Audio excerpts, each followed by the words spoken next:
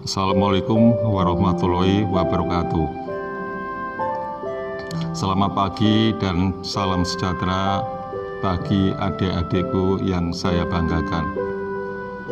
Puja dan puji syukur senantiasa terhatur kehadirat Allah Azza wa Jalla, yang pada saat ini kita bisa bersua, bersilaturahim,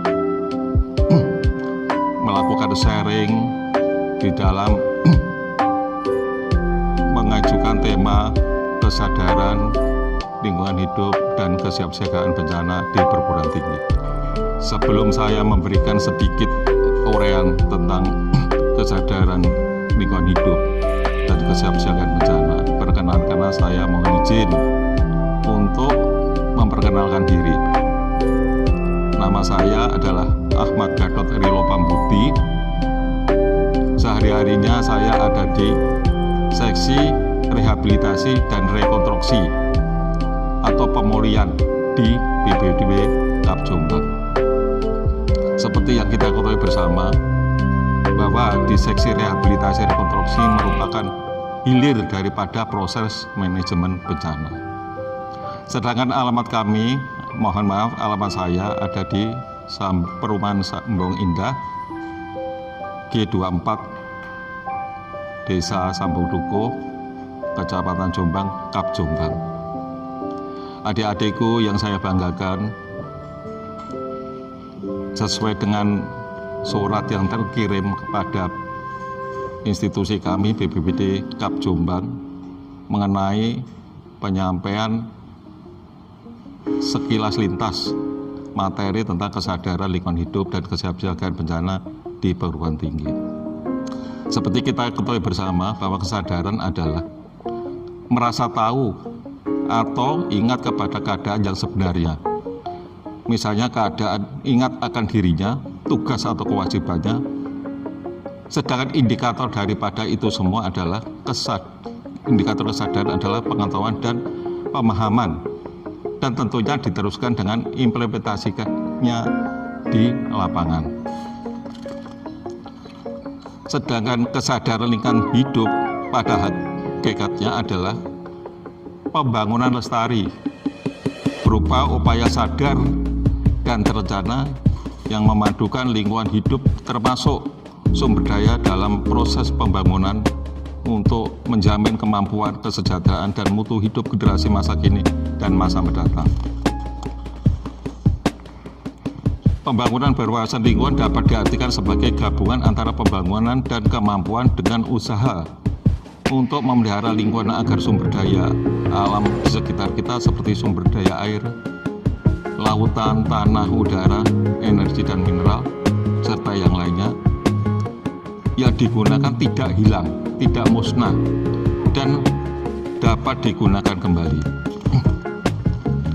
Dalam proses pembangunan yang berwawasan lingkungan, penggunaan sumber daya alam yang tersedia senantiasa mempertimbangkan dan memperhitungkan kekayaan sumber daya alam. Maksudnya sesuai dengan daya dukung yang ada. Jadi kita di dalam melakukan eksploitasi atau pemanfaatan potensi sumber daya alam, kita harus melihat dan memahami daya dukung yang ada. Karena bagaimanapun sumber daya alam makin lama makin menipis dan bisa musnah selamanya. Misalnya mengenai sumber daya energi, ada yang dapat kita perbarui, misalnya biogas yang bahannya dari biomasa, dari organik, tanaman organik sama sampah organik, dan juga dari kotoran-kotoran hewan. Selain itu, manusia di dalam memanfaatkan potensi sumber daya alam harus juga memahami aspek konservasi, yaitu memahami tentang landscape atau tutupan lahan, tegaan, dan sumber mata air. Adik-adikku yang saya banggakan, di sini kami sebutkan ciri-ciri pembangunan berwawasan lingkungan. 1. Mengutamakan kualitas hidup dan berorientasi jangka panjang sehingga dapat dirasakan oleh sesama manusia atau oleh organisme lainnya. Senantiasa memadukan antara pembangunan dan pemeliharaan lingkungan, memanfaatkan sumber daya alam yang tidak dapat diperbaiki secara bijaksana. Jadi, untuk memanfaatkan potensi sumber daya alam yang tidak bisa diperbarui, tentunya kita harus memperhitungkan. Jangan kita secara membabi buta memprediksi alam. Sebelumnya mestinya kita mengadakan riset atau penelitian, kira-kira berapa kadar atau cadangan alam yang tersedia. Selanjutnya, memperhatikan kemampuan ekologi sekitar serta potensi yang terkandung di dalam ekosistem. Tidak mengorbankan unsur-unsur lingkungan untuk tujuan pembangunan, baik tujuan jangka pendek maupun jangka panjang. Sedangkan yang terkait dengan kesiapsiagaan bencana, ini adalah merupakan fase awal daripada manajemen bencana, proses manajemen bencana. Di dalam rentang waktu yang sudah berjalan sekian tahun, sudah banyak pengalaman yang dulu menekankan pada penanganan bencana atau represif, sekarang nafasnya beralih kepada kesiapsiagaan, atau dalam hal ini adalah pada kondisi pra-bencana. Di dalam pra-bencana, kita ada 3 unsur yang perlu kita perhatikan. 1, kita harus mengidentifikasi atau memahami kira-kira ancaman potensi bencana apa yang ada di sekitar kita. Itu pertama. Kedua, mempersiapkan sumber daya alam dan strateginya. Selanjutnya, boleh kita bicara, kita siap untuk selamat. Ini adalah inti sari daripada kesiapsiagaan bencana. Sedangkan menurut definisi umum, kesiapsiagaan adalah serangkaian tindakan yang dilakukan baik individu, kelompok ataupun lembaga untuk menanggapi atau menghadapi problem atau masalah pada suatu peristiwa. Sedangkan bencana menurut Undang-Undang Nomor 24 Tahun 2007 adalah dinyatakan suatu gangguan serius terhadap keberfungsian suatu masyarakat sehingga menyebabkan kerugian yang meluas pada kehidupan manusia dari segi materi, ekonomi, lingkungan, dan yang melampaui kemampuan masyarakat yang bersangkutan untuk mengatasi dengan menggunakan sumber daya mereka sendiri. Sedangkan definisi bencana menurut Undang-Undang 2007 tahun nomor 24, serangkaian peristiwa yang mengancam dan mengganggu kehidupan dan penghidupan masyarakat yang disebabkan baik faktor alam dan atau non-alam maupun faktor manusia sehingga mengakibatkan timbulnya korban jiwa manusia, kerusakan lingkungan, kerugian harta benda, dan dampak psikologis. Menurut Undang-Undang Nomor 24 Tahun 2007, jenis bencana dibagi menjadi 3, yaitu bencana alam. 1, keduanya adalah bencana non-alam atau lebih dikenal dengan istilah gagal teknologi. Yang terakhir adalah bencana sosial. Bencana alam adalah bencana yang diakibatkan oleh peristiwa atau serangkaian peristiwa yang disebabkan oleh faktor alam. Bencana non-alam seperti yang kita rasakan kali ini atau pandemi, bencana yang diakibatkan oleh peristiwa atau rangkaian peristiwa non-alam yang antara lain berupa gagal teknologi, gagal modernisasi, epidemi, dan wabah penyakit. Sedangkan bencana sosial adalah bencana yang diakibatkan oleh peristiwa atau rangkaian peristiwa yang diakibatkan oleh manusia atau bisa dikatakan dengan istilah by design yang meliputi konflik sosial antara kelompok atau antar komunitas masyarakat dan teror. Contohnya kasus Avatar, Bohari, terus friksi, konflik antara Syiah dan Sunni di Sampang dan sebagainya. Terjadinya bencana itu disebabkan adalah ada 3 faktor. Pertama adalah ancaman bahaya, kedua adalah kerentanan akan timbul resiko bencana yang akibatnya kalau tidak ada mitigasi maka terjadilah bencana. Sedangkan resiko adalah besarnya kemungkinan kerugian atau hilangnya baik itu jiwa, korban, kerusakan, dan kerugian ekonomi yang disebabkan oleh bahaya tertentu di suatu daerah pada suatu waktu tertentu.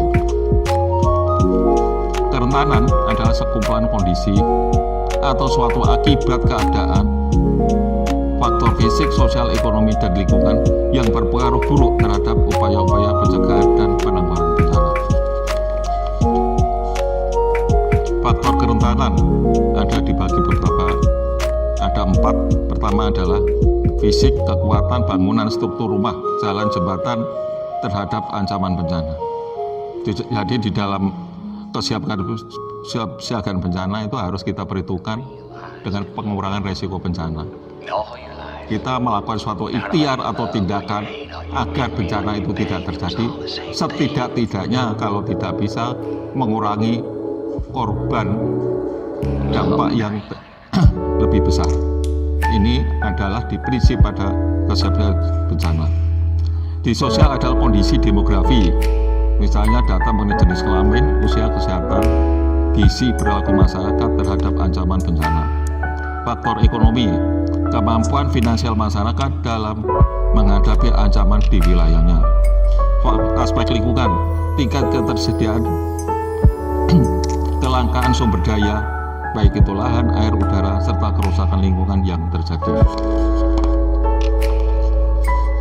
Bahaya, suatu kondisi secara alamiah maupun karena ulah manusia yang berpotensi menimbulkan kerusakan atau kerugian dan kehilangan jiwa manusia. Bahaya berpotensi menimbulkan bencana, tetapi tidak semua bahaya selalu menjadi bencana. Faktor bahaya adalah geologi, gempa bumi, tsunami, longsor, gerakan tanah. Dan di Kabupaten Jombang salah satunya ada potensi ini, yaitu adanya Tukono Krek atau disebut dengan patahan Poso.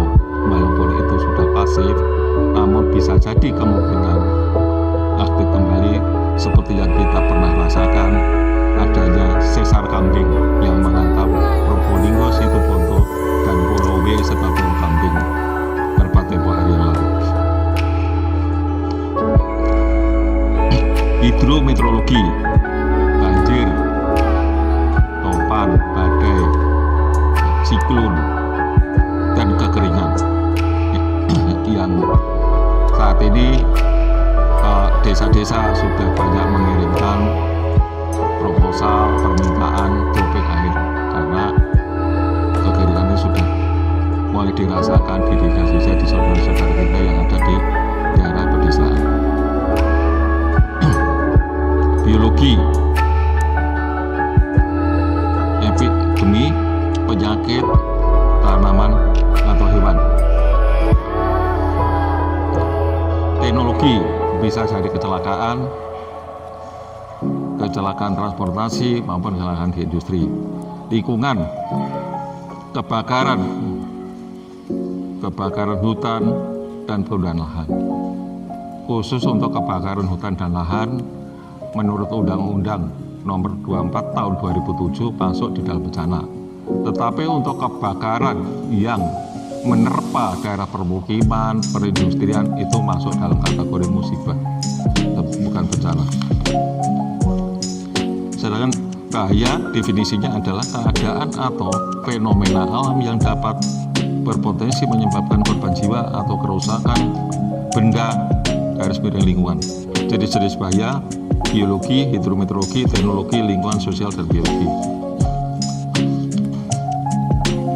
Untuk kesiapsiagaan itu sendiri berkait erat dengan potensi atau ancaman bencana. Perlu adanya mitigasi, yaitu serangkaian ikhtiar atau upaya untuk mencegah terjadinya bencana atau paling tidak berupaya untuk mengurangi korban bencana, atau istilahnya kalau dikenal di tempat institusi kami adalah PRB, pengurangan resiko bencana, yang diterapkan pada masing-masing fase dalam pengelolaan bencana. Hal ini bisa dilakukan secara mungkin adik-adik melakukan FGD, pakai fokus grup diskusi, sering chatting, sering browsing, baca literatur, ya, berdiskusi dengan orang-orang yang dianggap mempunyai kompetensi dalam hal-hal kebencanaan, sosialisasi, simulasi, dan rekontingensi pada tiap-tiap potensi bencana. Demikian yang bisa saya utarakan, lebih kurangnya saya mohon maaf.